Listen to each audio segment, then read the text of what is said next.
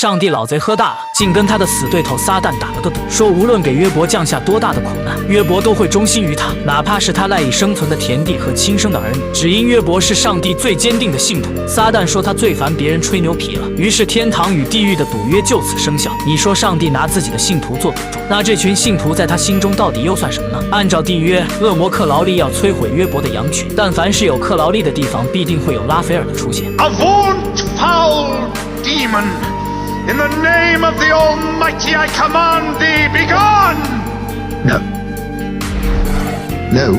原来这次比较特殊，克劳利制造灾祸是有营业许可证的，甚至还得到了上帝的加急特批，所以拉斐尔也只能眼睁睁看着羊群被毁灭。紧接着他回到天堂询问缘由，书天使经过美化，说出了上帝赌约的全过程，而大天使加百列更是个马屁精，狂夸赞上帝的行为睿智，然后才轻描淡写的说出对约伯的补偿，如果约伯能给上帝长脸，便双倍补偿他的损失，其中也包括双倍的孩子。 His children?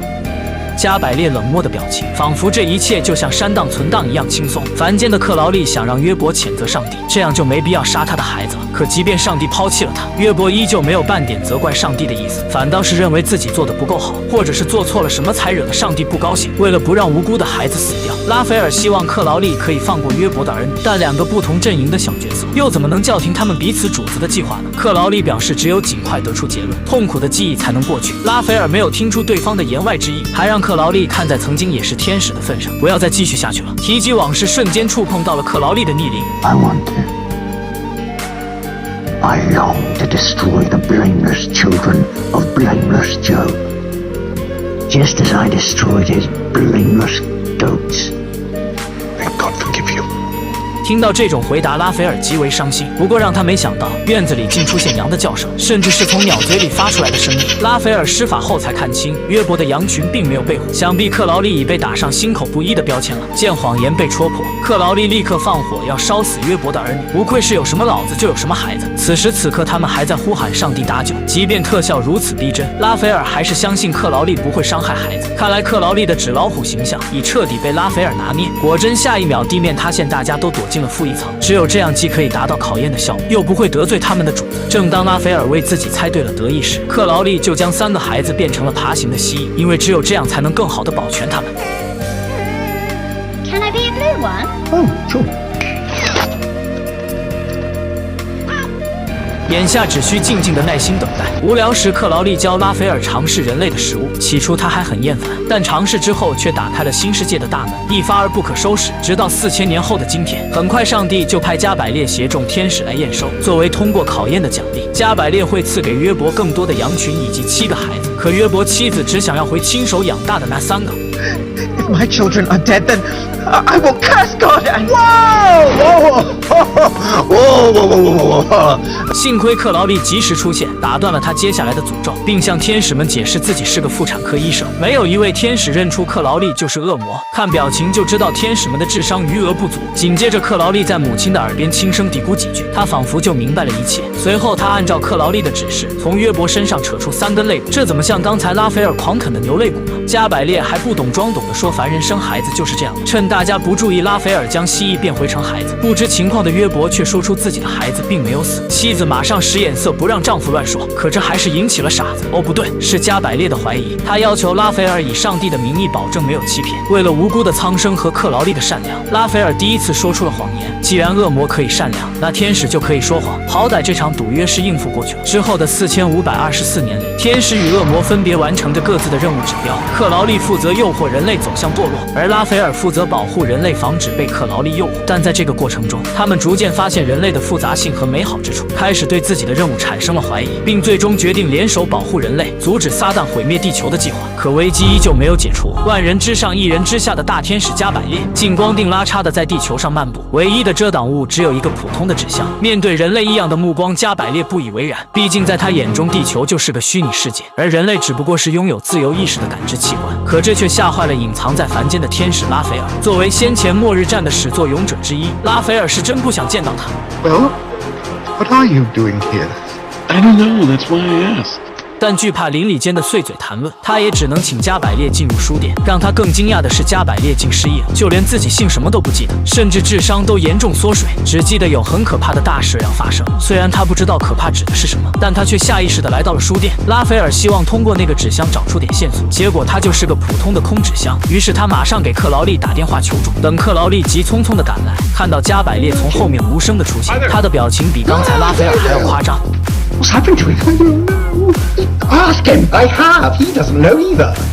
Ask him properly. 克劳利很严肃地让他把加百列送走，随便什么地方越远越好。之前天堂为了甩锅，加百列命人将拉斐尔放到地狱之火上炙烤，幸亏与克劳利互换了身体，才捡回一条小命。虽然拉斐尔被逐出天堂，不再是天使，可他依旧有一颗善良温和的心，他坚决不同意弃之不管。就这样，两个6000年的好友兼恋人又闹掰了。刚走出书店，克劳利越想越气，气体慢慢凝聚，变成白烟，散发出体味。下一秒，他反倒遭雷劈了。难道是他的抛弃引来了上帝的不满吗？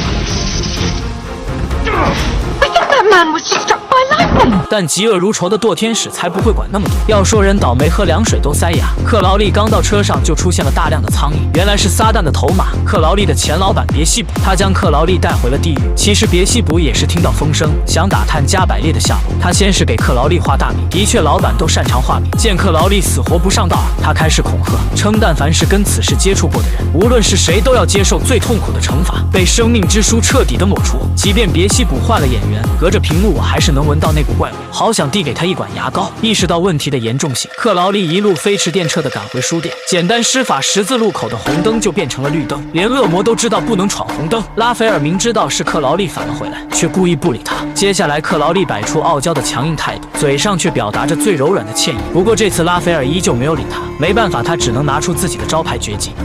You were right. You were right. I was wrong. You were right.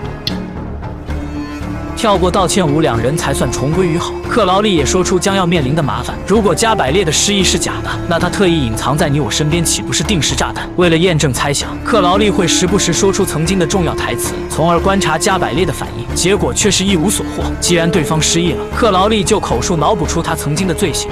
I really am sorry. Is there anything I can do? Jump out that window.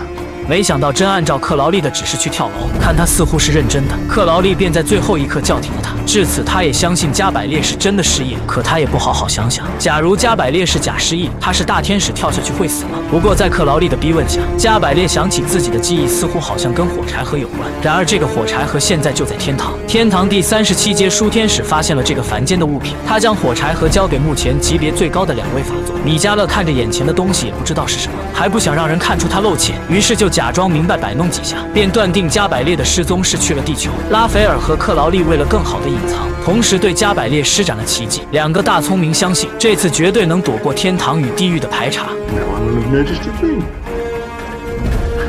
殊不知这一刻，天堂突然响起警报，地球仪还浮现出书店的准确位置。看来留给两人的时间不多了。加百列无意间哼唱的旋律引起了拉斐尔的注意，他马上将旋律哼给唱片店老板听。老板不仅知道歌曲的名字，还说出附近有家酒吧会反复放这个曲子。就在拉斐尔想借好友爱车去酒吧时，米迦勒已经带着其他天使赶到了书店门口。如果他们看到加百列就麻烦了。不巧的是，失忆的加百列把自己当成了店员，幸好之前的奇迹起了作用，加百列就在他们眼前，却没人能认出他。于是他们继续向拉斐尔施压要人。尽管拉斐尔紧张得如绷紧的琴弦，随时都有可能断裂，但他还是硬挤出一丝从容的微笑，试图掩盖那汹涌澎湃的不安。可加百列这个老六，一会凑过来推销稀奇古怪的书，一会又贴心的来驱赶苍蝇。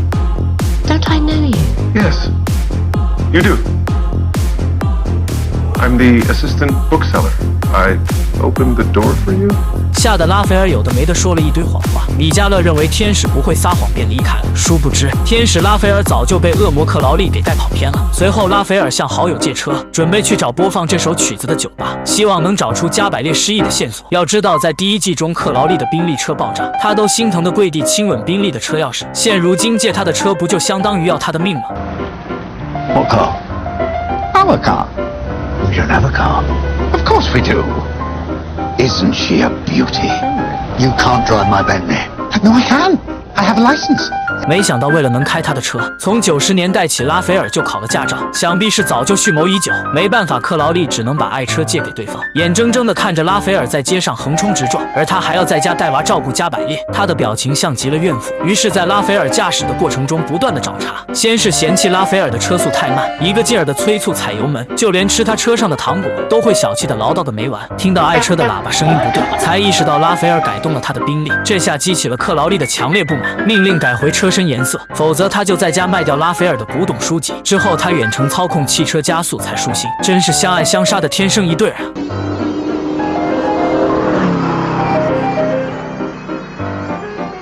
当拉斐尔赶到酒吧，听到相同的曲子，知道自己来对地方了，随便编造理由骗过老板，拿出加百列的画像让对方辨认。结果老板还真有印象，他认为加百列是共济会成员，经常和另一个身穿西装的人来这里会谈。回去路过墓地，拉斐尔看到了加百列的雕像，此刻他更确定加百列来过这里。眼下只要找出会谈的另一人，就能知道加百列为什么会失忆，即将要发生的可怕事件到底又是什么。挂断电话，加百列似乎是得到了某种感应，突然开始上劲儿，莫名其妙的说胡话。There will come a tempest, and darkness, and great storms, and the dead will leave their graves and walk the earth once more, and there will be great lamentations. Go on. 随着一哆嗦，加百列又变得痴痴呆呆的。拉斐尔担心他的书连夜往回赶，却忘了自己仅是个1天驾龄的小白。途中遇见女人搭顺风车，拉斐尔并没有理会，但画面就像反复播放一般，那个女人又以同样的姿态出现。这次拉斐尔依旧没有理会，就在他懵逼时，女人竟直接挡在车前找死，还好没有出人命，否则拉斐尔必会内疚。女人没有废话，直接上车和他闲聊。原来他是地狱公爵沙克斯，他是拥护地狱和天堂开战的活跃分子，也是他接替了克劳利的职务。沙克斯用肯定的口气说：“加百列就在书店，是克劳利和他给藏起来的。”见拉斐尔一直装糊涂，临走前，沙克斯故意说出他知道克劳利与拉斐尔超出友谊的关系，其实连当事人也不知道。早在2战时期，地狱就开始注意他们非友谊的恋情了。拉斐尔像往常一样替天堂办事，将假情报提供给纳粹间谍。原定计划是安排英国特工螳螂捕蝉，但他不知道螳螂的背后还隐藏着黄雀。英国特工临阵倒戈，就这样一手好牌打得稀碎。千钧一发之际，克劳利跳着赵四儿的舞步赶到教堂，跳舞是因为恶魔闯入圣地很烫脚。 Oh, it's like being a bitch in bad fit. What are you doing here? Stopping you getting into trouble. 为了救出天使，不暴露身份，他事先改变了德军轰炸机的行动路线，教堂很快就会被夷为平地。事后还不忘绅士地替拉斐尔拿回珍藏的书籍，这些小细节彻底瓦解了拉斐尔的主观意识，为两人后续的恋情奠定了重要的基础。似乎是地狱的盒饭不合胃口，当时纳粹间谍并没有马上死透。 后来进入地狱报道，他们对登记员透露天使与恶魔的特殊关系，登记员顿时眼前一亮。本来他就对乏味枯燥的登记工作厌烦，如今升职加薪的业绩不就自己送上门了吗？他准备再给纳粹间谍一次机会，特批他们回到阳间，调查天使与恶魔私通的罪证，并且给他们一个法力屏蔽器，可以阻断恶魔或天使3个小时的法力。教堂的废墟里，几个小孩在搜寻物资，正当其中一人拉转怀表时，纳粹间谍竟在这个时候复活了，吓得孩子们撒腿就跑。醒过来的间谍都觉得很饿，于是眼前的流浪汉变成了他们重生的第一顿。吃饱喝足，他们准备开始办正事。戏院里，拉斐尔闲得没事给人类变魔术。其实魔术也很简单，拉斐尔挑选台下的幸运观众向自己开枪，然后凭借法术用嘴接住子弹。见到克劳利上台，间谍果断呼叫登记员，他赶来的同时给屏蔽器打了孔，瞬间拉斐尔的魔术就不灵了。不管如何尝试都没有变出鸽子。克劳利帮忙却发现法术也失效了，没办法，他只能熟记魔术的流程要领，毕竟枪口的对面可是挚友兼爱人。为了缓解尴尬，拉斐尔提前了压轴魔术。临开始前，克劳利才想起自己从来没碰过枪械。I'll just squeeze out there where I know. Did you fight a gun before? No, I'm sorry.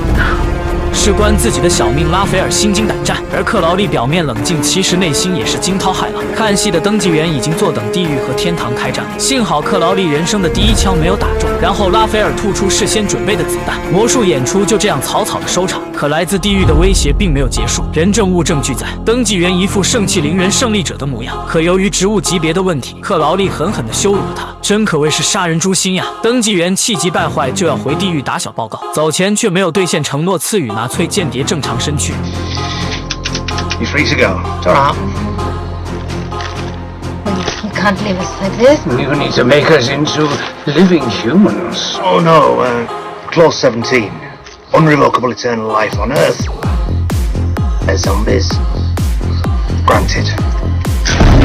原来地球的首批丧尸是这么诞生的。然而回到地狱的登记员并没有升职加薪，不知是什么时候，他拍下的罪证照片竟被拉斐尔给调包了。地狱使者都不相信恶魔会与天使相好，唯独富有野心的沙克斯愿意相信他的控诉。于是，在加百列失踪事件爆发后，他主动找到大公爵别西卜请求出战，甚至在最短的时间里组建了恶魔大军，想借此名义攻打拉斐尔的书店，挑起天堂与地狱的战争，顺便抓住加百列，在他的主子撒旦那里邀功。We are going to Earth, to London, to storm a bushel. 夜晚大街空无一人，大量恶魔突然闯入地球，难道是在拍摄群尸王过界吗？书店内部正举行 LGBT 的社交聚会，拉斐尔更是玩嗨了，明知威胁向他逼近，却满不在乎，因为他自信地觉得书店就好比天堂驻地球的大使馆，这些小场面完全可以掌握。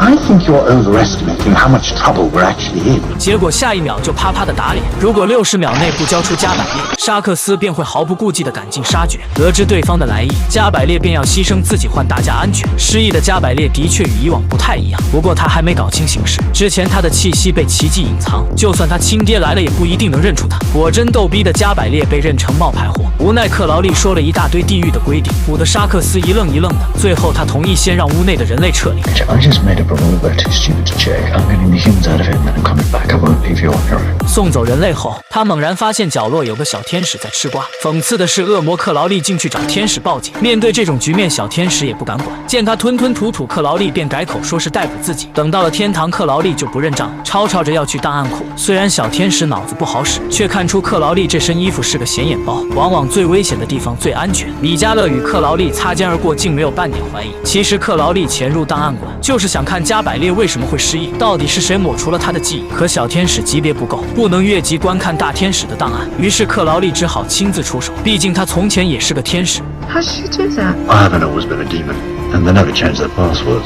随着档案打开，克劳利也被惊掉下来。众天堂全票赞同与地狱再次开战，地点依旧是在地球，但大天使加百列却极力反对。第一季中，加百列明明也是主张开战的呀，现在又为什么会不同意呢？没办法，其他天使请来上帝的代言人，结果他也是个好战分子，并且他将加百列降为最低的38阶小天使，甚至还要抹去他的记忆。听到这些，加百列突然想尿尿，等他再次出现，便一丝不挂地拿着个纸箱。之前他去找拉斐尔就是穿的这身行头，不过克劳利却看到加百列临走前在纸箱底部写下了一行字，还掉了一个火柴盒。克劳利很好奇他究竟写了什么。很快米迦勒失去耐心，要利用生命之书远程抹去加百列的记忆，却发现先一步被人抹除了，加百列也失踪了。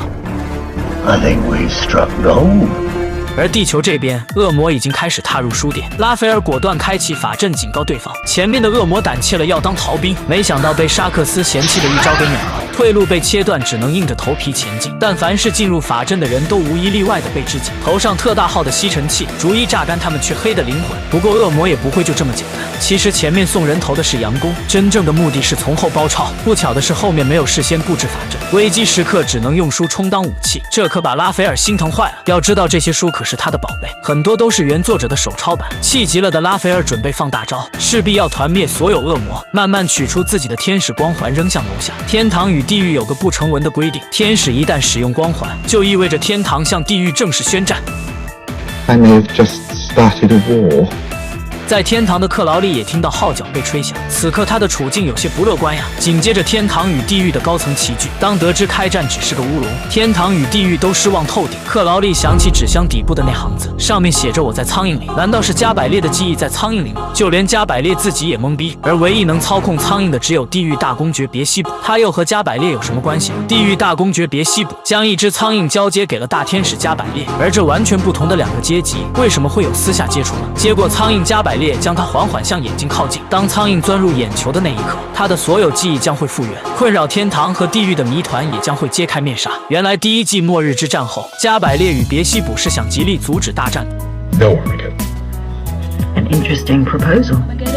We keep the status quo, static, and, Chloe.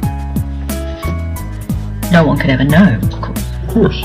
之后的一段日子里，他们频繁在酒吧会面，两个极端的首脑也逐渐产生了默契。别西卜特意为对方换掉用了6000年的容貌，长时间的接触，加百列也学会了说脏话，就连他们自己都没意识到，彼此相互的情感竟悄悄的不断升温。不知不觉，加百列会考虑对方的感受。施法反复播放别西卜喜欢的曲目，似乎是意识到禁忌之恋不会有结果，别西卜便把宠物苍蝇送给对方。关键时刻，他可以充当容器，真是爱屋及乌。加百列没觉得恶心，反倒装进火柴盒好好保管，这也象征着两人的定情信物吧。因为反对战争，加百列不仅被上帝代言人降级，还要抹去他的记忆，明修栈道，暗度陈仓。他先一步把自己的记忆存储到苍蝇里，阴差阳错之下，他才会光腚拉叉的去求助拉斐尔。如今经历了这么多，他终于鼓足勇气，敢面对自己的内心，决定与别西卜在一起，哪怕不再是天使，做普通人类。恰好别西卜的想法与他一致。妈呀，双向奔赴的爱情居然可以这么甜！ You traitor! I just found something that mattered more to me than choosing sides. 瞬间让拉斐尔意识到渴望天堂与地狱对立的真正爱情，而自己只是缺少了一丝勇敢。其余人因对方拐走自己领导吵得不可开交，其实他们争吵是纠结不知该将这对狗男女交给那边的主子邀功，毕竟涉及到谁会是未来的接班人。就在这时，一位不起眼的小老头进入书店，打断他们插话提问。此时谁还会理睬一个没用的老人呢？老人却温和地询问大家，就没有人认识我吗？最后还是克劳利想起在哪见过他。Last time I saw you, you were a big floating giant head, man. 他就是上帝的传话人梅塔特隆，太讽刺了！在场好几个大天使，最后竟是恶魔说出了他们主子的身份。梅塔特隆赶走了所有人，并且要与拉斐尔出去单独聊聊。临出门前还恶毒地瞪了克劳利一眼，难道只是单纯对恶魔的仇视吗？不过克劳利却满不在乎。他们前脚刚出去，克劳利就将书店恢复原貌，寓意着未来依旧自由的生活。其实上帝早就料到加百列会罢工，出乎意料的是，他心目中的人选竟是拉斐尔。为了能让对方同意，老头开始画大饼。可笑的是，拉斐尔竟相信自己能改变天堂，他也不好好想想，加百列不就是很好的前车之鉴？等拉斐尔将自己的决定通知克劳利，却遭到对方的强烈反对。其实拉斐尔想通过天堂改革，实现克劳利重回天堂的完美计划。他认为一切爱情都需要在上帝的指引庇护下进行，而克劳利早对天堂和地狱的做事风格失望透了，他只想过上老夫老妻的闲散生活。I mean, if Gabriel and Beelzebub can do it, go off together, then we can. Just do this. We don't need heaven. We don't need hell. They're toxic. We need to get away from them. Just be an us. You and me. What do you say? Come with me to heaven. You can't leave this book. How cruelly. Nothing lasts forever. No. No, that's what it goes. 6000年来，大是大非面前，他们第一次产生分歧。临走前，克劳利不舍得来了一个世纪之吻。然而，这个重要时刻并不是幸福的结局，至少暂时不是。尽管他们彼此大胆地坦诚了自己的情感，依旧避免不了分别的结局。拉斐尔成功接替加百列的职务，克劳利不得不可怜地离开，住在自己的宾利车里，带着全部家当浪迹天涯。虽然他们各自走上了不同的道路，但彼此之间的感情依然深厚。他们的分离也为故事的发展留下了悬念，让观众对他们未来的命运充满期待。Yes, you mentioned that. We call it the second coming.